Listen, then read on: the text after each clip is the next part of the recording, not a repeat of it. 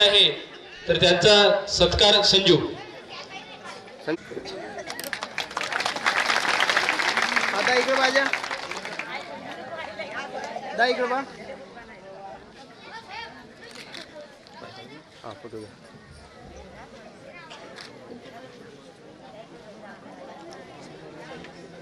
गौडी नंद गौडी समाजामध्ये गायले जातात असे एक एक नमुने तुम्हाला एकेका मान्यवरांच्या भाषणानंतर ऐकायला मिळणार। हा तर नमुनाच होता, अजून बरंच काही आहे। तर त्या अगदी संजूला या कामासाठी प्रेरित करणारे त्याचे गुरुवर्य माननीय श्री डॉक्टर बराडे सर यांना मी अशी विनंती प्रस्तावित करण्यासाठी मी आमंत्रित करतो माननीय श्री बराडे सर यांना। पिता ज्यांच्या पोटी संजय सारखं एक नररत्न जन्माला आलं आणि आपल्या आईवडिलांचेच नाही तर अख्ख्या समाजाचे पांग त्यांनी फेडलेत। खरोखर आईवडिलांना आपल्या पुत्राचा जेवढा अभिमान वाटतो तेवढाच अभिमान शिक्षकांना सुद्धा वाटतो। जेव्हा एक विद्यार्थी अत्यंत उमद काम करतो, आपल्या समाजासाठी झटतो, आपल्या गावातल्या लोकांसाठी झटतो, समाजाचं एक सुंदर चित्र उभं करण्यासाठी तो सारखा धडपडत असतो, त्याचा सार्थ अभिमान हा त्यांच्या गुरुवर्यांना सुद्धा वाटत असतो आणि मला तो आज वाटत आहे।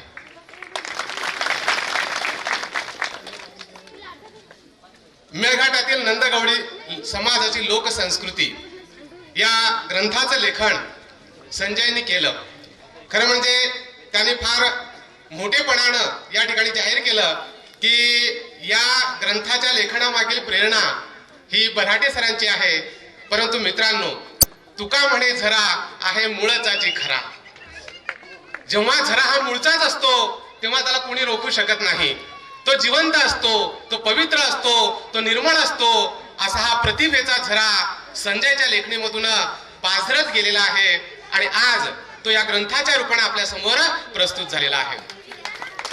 या समारोहाचे सन्माननीय अध्यक्ष आदरणीय हिरामन आप्पासाहेब, कार्यक्रमाचे उद्घाटक ज्यांचं अतिशय आताच नुकतं वक्तव्य झालं ते आदरणीय विकास पाटील सर, या कार्यक्रमाकरता प्रमुख अतिथी म्हणून उपस्थित असलेले इतिहासकार बापूसाहेब भटकर, अहिराणी भाषेचे लोकसाहित्याचे गाढे अभ्यासक आणि ज्यांनी लोकसंस्कृती भाषा आणि खानदेशमधील अहिराणी समाज त्याची भाषा आणि लोकसंस्कृती ही एक आहे हे जगाला पहिल्यांदा दाखवून दिलं त्या आदरणीय डॉक्टर रमेशराव सूर्यवंशी सर। या कार्यक्रमाकरता उपस्थित असलेले डॉक्टर प्रसन्नकुमार बंब, धर्मराजजी खडके, साधुरामजी येवले, शंभूजी खडके, सदाराव श्रीरावजी खडके, गंगारामजी काळे, गजानन दादा येवले, साधुरामजी पाटील, श्री शंकरराव खडके, राजाराम पाटील, श्री सुखदेवरावजी शनवारे, विनायकरावजी येवले, श्री जगदीशरावजी हेकडे, श्री वासुदेवरावजी अलोकार, श्री मनोहरराव घाटोळ, आमचे मित्र श्री डॉक्टर वाल्मिक अहिरे सर। आणि मला तर फार आनंद होत आहे की आपल्या मुलाचं कौतुक करण्यासाठी पंचक्रोशीतील हे सर्व मायबाप, बालगोपाल आणि आमचा तरुण वर्ग या ठिकाणी उपस्थित झालेला आहे। हे नातं, हे प्रेम, हा जिव्हाळा, हा ओलावा फार कमी लोकांच्या वाट्याला येतो आणि तो माझ्या संजयच्या वाट्याला आला आहे याचा मला सार्थ अभिमान वाटतो। मित्रांनो,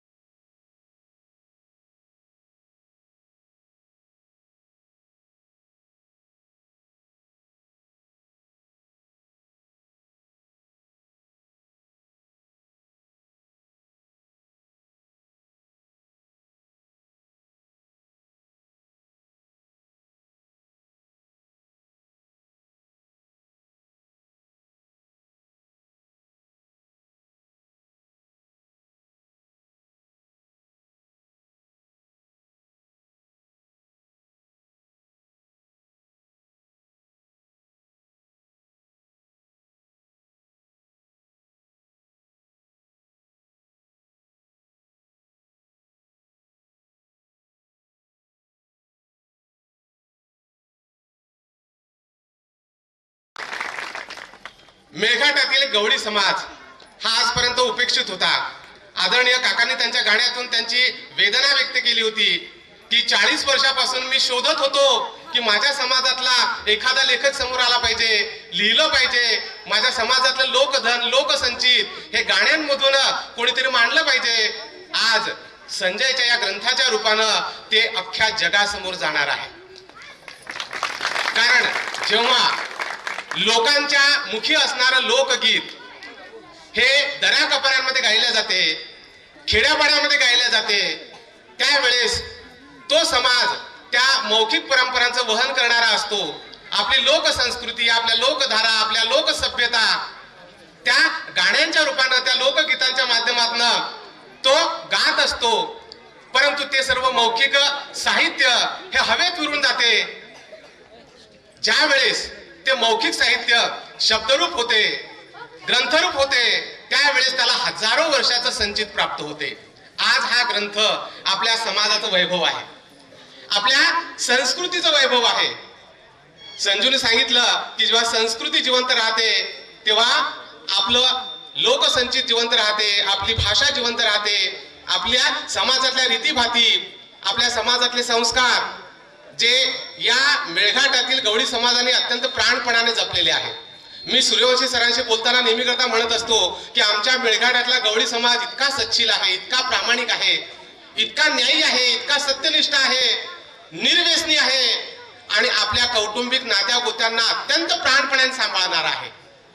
आमच्या घरातल्या लहान मुलांच्या सुद्धा तो पाया पडतो.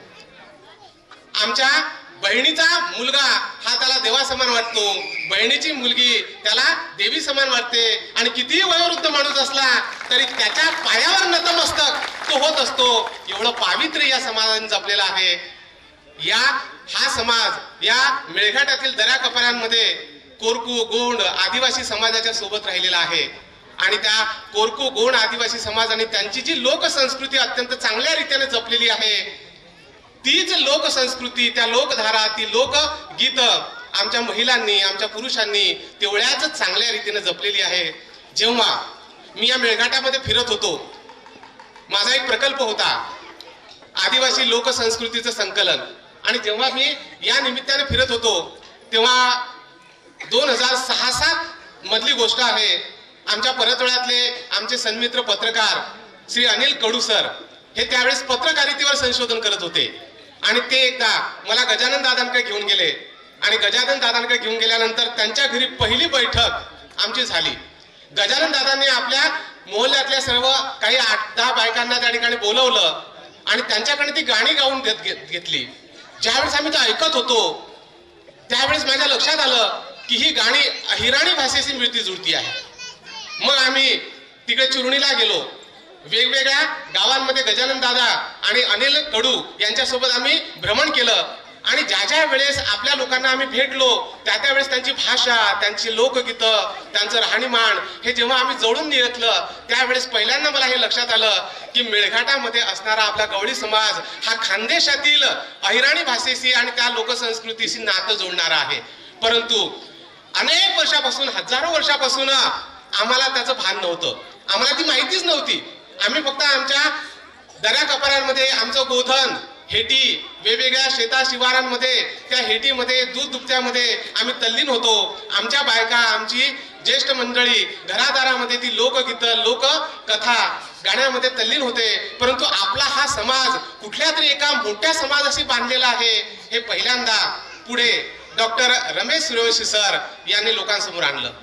त्यांनी क्रिटिकल इन्क्वायरी नावाचा एक लेख लिहिला. त्या क्रिटिकल इन्क्वायरी नावाच्या लेखामध्ये त्यांनी मेळघाटातील गवळी समाजाची बोली आणि खानदेशातील अहिराणी समाजाची बोली, अहिर समाजाची बोली ही एक आहे हे निष्कर्ष त्यांनी काढले.